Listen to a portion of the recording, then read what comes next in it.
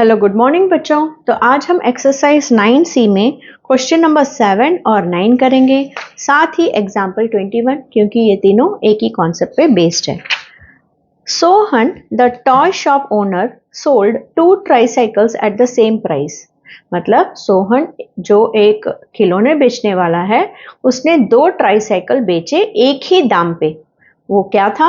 Each one was sold for 2,200. So this was the selling price of each tricycle. On one he made a profit of 10% and on the other he lost 12%. मतलब एक tricycle पे उसने profit कमाया 10% का और दूसरे tricycle पे उसे लॉस हो गया 12% का। What was the cost of each tricycle? बच्चों, अभी तक तो आप समझ चुके होंगे कि जब भी कोई भी कॉस्ट पूछा हो, दैट मीन्स कॉस्ट प्राइस, तो हम क्या लेंगे? कॉस्ट प्राइस को 100 एज्यूम करेंगे। ठीक है, तो यहाँ 2 ट्राईसाइकिल की बात की गई है, तो हम 2 ट्राईसाइकिल का इंफॉर्मेशन लिखेंगे। Let cost price be 100 for first tricycle also and for second tricycle also. ठीक है, और फर्स्ट ट्राईसाइकिल पे उसने प्रॉफिट किया 10% का और सेकेंड पे उसने लॉस किया 12% का, और सेलिंग प्राइस दोनों की सेम है, दैट इज 2,200 रुपीज। तो दोनों ट्राईसाइकिल को उन्होंने 2,200 में ही बेचा है। ठीक है, तो अब इस इंफॉर्मेशन से हम शुरू करते हैं। सो फर्स्ट स्टेप है हमारा अजम्पशन, है ना बच्चों? हम अजम्पशन पर ही चलते हैं, कॉस्ट प्राइस पूछा हो तो देखिए, अगर कॉस्ट प्राइस 100 है और प्रॉफिट परसेंट 10% है, तो प्रॉफिट क्या होगा? 10 ही होगा, क्योंकि अभी हमने बहुत बार देखा कि प्रॉफिट परसेंट हो तो प्रॉफिट कैसे फाइंड आउट करते हैं? P/CP into 100। तो प्रॉफिट 10% है तो प्रॉफिट क्या होगा? CP को हमने 100 माना है, तो प्रॉफिट भी 10 रुपीस ही होगा। ठीक है, जब भी कॉस्ट प्राइस 100 होता है तो आपको ये सॉल्व करने की जरूरत नहीं है, आप सीधा सीधा जो आपका प्रॉफिट परसेंट होगा वही आपका प्रॉफिट इन रुपीस भी होगा, क्योंकि हमने CP को 100 माना है। ठीक है, तो अब सेलिंग प्राइस क्या होगा? अजम्पशन पर। हाँ, ये सेलिंग प्राइस रियल सम के ऊपर है और ये अजम्पशन के ऊपर है। देखिए बच्चों, हमें पता है प्रॉफिट होता है तो फॉर्मूला है selling price minus cost price, क्योंकि प्रॉफिट में हमेशा सेलिंग प्राइस ग्रेटर होता है कॉस्ट प्राइस से। तो जो ग्रेटर होता है वो नंबर पहले, selling price minus cost price. So selling price हमें पता नहीं, हम फाइंड आउट करने वाले हैं अजम्पशन के लिए। हाँ, इधर है सेलिंग प्राइस, लेकिन ये सम का है, पहले हम अजम्पशन को फिल करते हैं। तो अगर कॉस्ट प्राइस 100 है और प्रॉफिट हमारा 10 है, तो सेलिंग प्राइस क्या होगा? -100 को हम इधर लेके जाएंगे तो +100 होगा, तो सेलिंग प्राइस है 110। तो जब कॉस्ट प्राइस 100 था तो सेलिंग प्राइस है 110। ठीक है, सो अभी as unitary method first step खत्म हो चुका है, अब हम सेकेंड स्टेप में आ रहे हैं, वो है यूनिटरी मेथड। जब कॉस्ट प्राइस 100 है अजम्पशन के बेसिस पे, तो सेलिंग प्राइस है 110। तो अब सम पे आ जाइए, अगर सेलिंग प्राइस 2,200 है तो कॉस्ट प्राइस क्या होगा? है ना? तो इसे क्रॉस मल्टीप्लाई और जो बच गया उसे डिवीजन, तो हमें cost price, original cost price of the tricycle, first tricycle का मिल जाएगा। सो 100 इंटू 2,200 डिवाइडेड बाय 110। ऊपर एक जीरो, नीचे एक जीरो, खत्म। अब ये दोनों ही 11 टेबल्स में जाएंगे। 11 1s are 11, 11 2s are 22, 11 0s are 0। So 100 into 20 क्या है? 2 1s are 2 और 3 0। तो ये है हमारा selling price of the first tricycle. 2,000 rupees है फर्स्ट ट्राईसाइकिल का कॉस्ट। अब इसी बेस ऐसे ही हमें सेकेंड ट्राईसाइकिल का भी देखना है। देखिए, पहले तो हम अजम्पशन पे चलेंगे, right? Assumption, let cost price be 100। अब बच्चों, लॉस परसेंट 12% है तो लॉस भी क्या होगा? 12 ही होगा। यहाँ मैंने सिखाया था ना, जो परसेंटेज प्रॉफिट का होता है वही रुपीस में भी होगा, क्योंकि हमने कॉस्ट प्राइस 100 माना है तो वो कट जाएगा। तो लॉस परसेंट में भी तो वही फॉर्मूला आता है, लॉस बाय सीपी इंटू 100। तो मैं यहाँ सीपी को 100 लूँ, अगर मैं सीपी को 100 लूँ तो 100 से 100 कट जाएगा, तो लॉस भी 12 रुपीस ही होगा। ठीक है, तो इसमें हम टाइम वेस्ट नहीं करेंगे। तो 100 रुपीस अगर एजम्पशन, तो लॉस है 12। बच्चों अभी लॉस है तो बड़ा कौन होता है? Who is greater in loss? Cost price is greater, that's why we have got a loss. So formula क्या होगा? सीपी बड़ा है तो सीपी पहले, फिर एसपी, उन दोनों का डिफरेंस ही लॉस होगा। सीपी को हमने 100 माना, लॉस हमारे पास है 12, तो हम सेलिंग प्राइस फाइंड आउट कर सकते हैं। हम सभी ऐसे ही रखेंगे, 100 की जगह 100, माइनस की जगह माइनस, एसपी को यहाँ भेजेंगे, 12 को यहाँ लाएंगे, तो हमें 100 माइनस 12 क्या होता है? 88, है ना। सो 88 रुपीस ही हमारा सेलिंग प्राइस है एजम्पशन पर।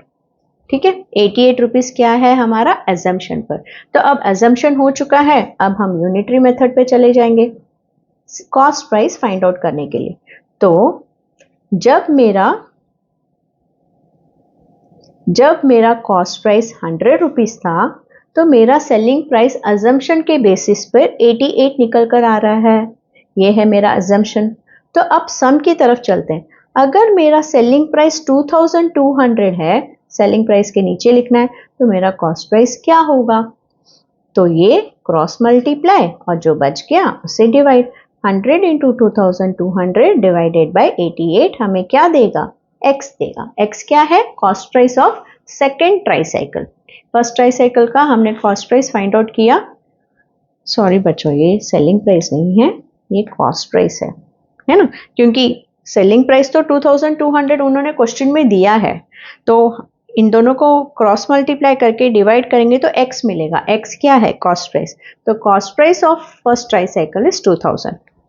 तो अभी उसी तरह क्रॉस मल्टीप्लाई करके जो बच गया डिवीजन, उसे अगर हम डिवाइड करेंगे तो हमें क्या मिलेगा? Cost price of second tricycle. ठीक है, सेकेंड ट्राईसाइकिल का कॉस्ट प्राइस। अब देखकर ही पता चलता है ये दोनों इवन नंबर्स है ना। सो और ये दोनों 11 टेबल्स में भी जाएंगे। 11 8s are 88, 11 2s are 22 और 2 0।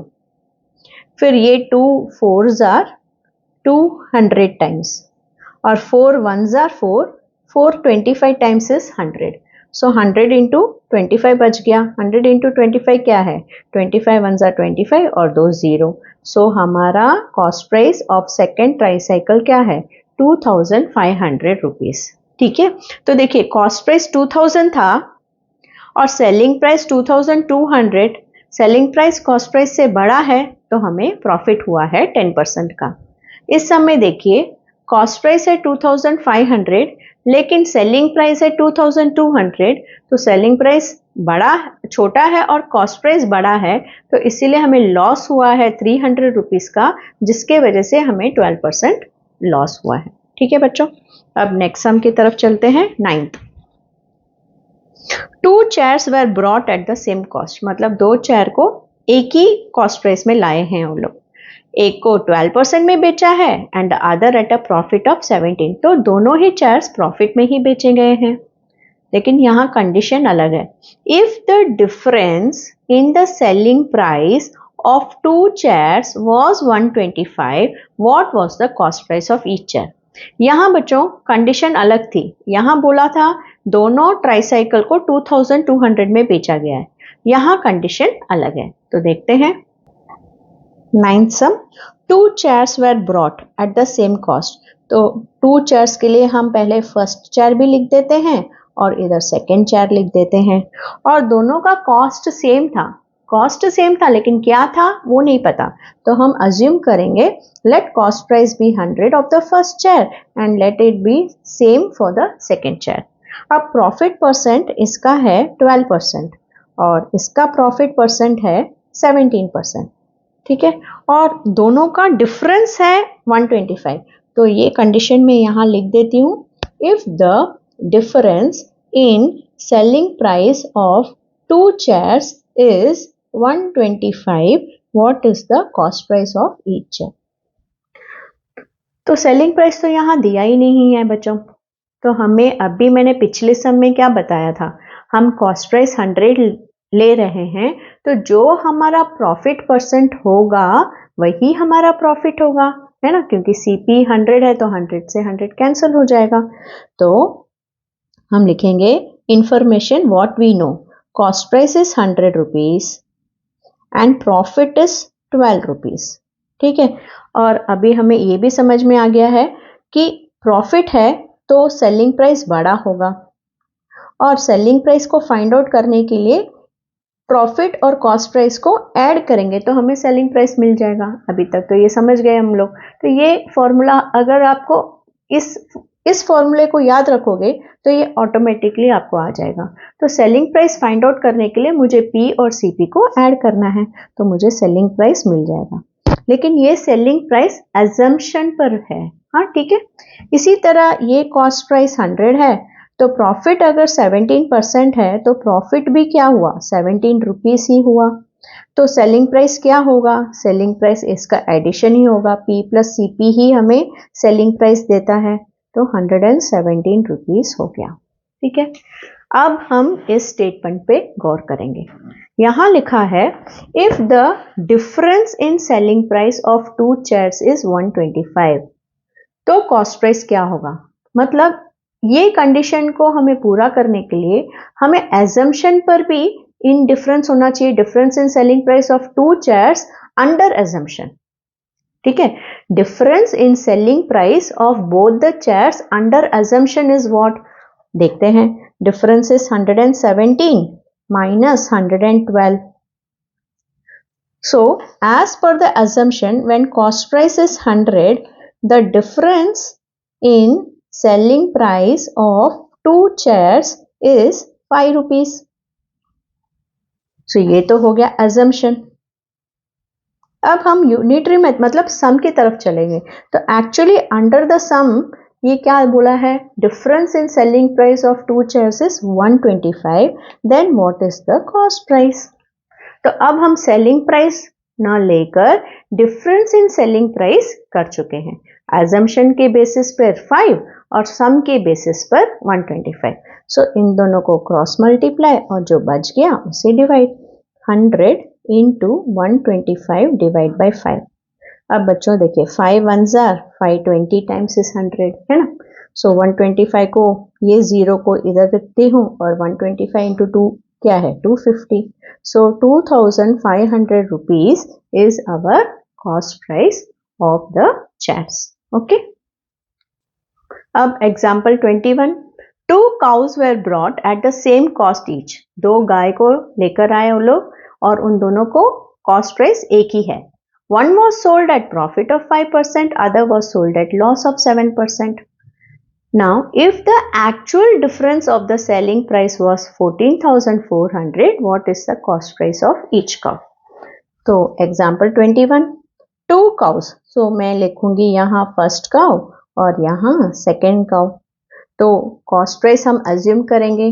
देखिए बच्चों हम एक ही टाइप के सम्स कर रहे हैं तो आपको अभी ये इजी लगने लगा होगा। ठीक है, सो अजम्पशन पर चलना है हमें। Let cost price be 100 rupees for the first cow also and 100 rupees for second cow also. One was sold at a profit of 5% and one was sold at a loss percentage that is 7%।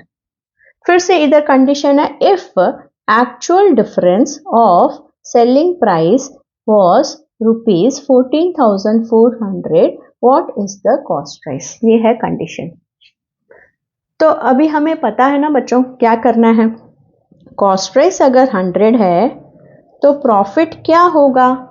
5% के लिए मैं सीधा सीधा 5 लिखूं या आपको फिर से ये profit percent is equal to P by C P into 100, P की जगह 5%, पी सी पी को मैंने 100 माना इंटू 100, ये सब करने की जरूरत नहीं है क्योंकि 5 ही निकल कर आएगा, पी 5 ही आएगा।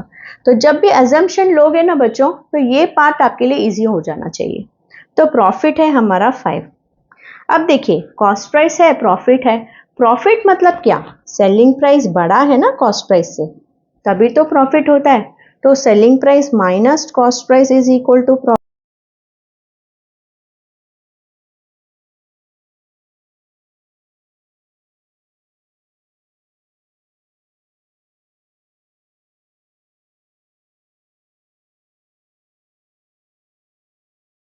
तभी तो सेलिंग प्राइस कॉस्ट प्राइस से बड़ा होगा।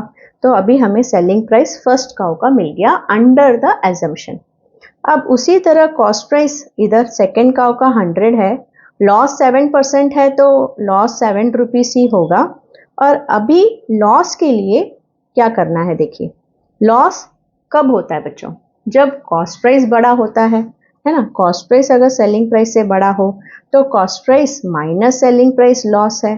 तो अब मुझे अगर सेलिंग प्राइस फाइंड आउट करना है तो मैं ये माइनस है ना, तो ये एसपी को इधर लेके चली जाऊंगी और लॉस को इधर लेके आ जाऊंगी। तो मतलब मुझे कॉस्ट प्राइस और लॉस को सब्ट्रैक्ट करूंगी तो मुझे सेलिंग प्राइस मिलेगा। प्रॉफिट में कॉस्ट प्राइस और प्रॉफिट को ऐड करना, लॉस में कॉस्ट प्राइस और लॉस को सब्ट्रैक्ट करना। तो इससे सब्ट्रैक्ट करूंगी तो मुझे 93 रुपीस मिल जाएगा।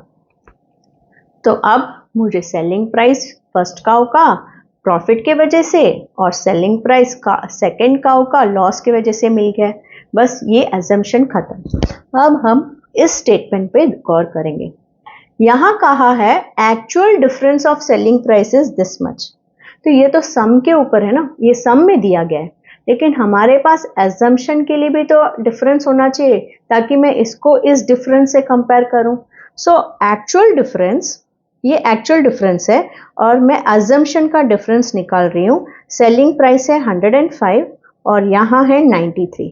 तो इन दोनों का डिफरेंस निकालना है ताकि मैं इसके साथ इसे कंपेयर कर सकूं। तो इसका आंसर आ रहा है 12। सो अजम्पशन में difference of selling price is 105 and 93। So अब हम लिखेंगे when cost price is 100 then difference of selling price is 12. This is because of our assumption. Now come to the sum. In the sum they have said actual difference of selling price is 14,400. Then what will be the cost price? तो अब हमें क्या करना है, इन दोनों को cross multiply और जो हमारे पास नंबर बच जाता है उसे हमेशा डिवाइड। अब 12 12 144 है, टेबल्स में स्ट्रांग होना बहुत जरूरी है। सो 12 12 इज 144। तो मतलब ये दोनों ही 12 टेबल्स में जाएंगे। 12 1 12, 12 12 144, 2 zeros, सो 12 zeros 0, 12 zeros 0। तो अब क्या बचा, 12 1 12 न्यूमरेटर में और 4 0, 1 2 3 4। सो ये है हमारा x। x क्या है, cost price. So cost price of each cow was 1,20,000 rupees. तो बच्चों हमने सक्सेसफुली अच्छी तरह से एक्सरसाइज 9C खत्म कर लिया है।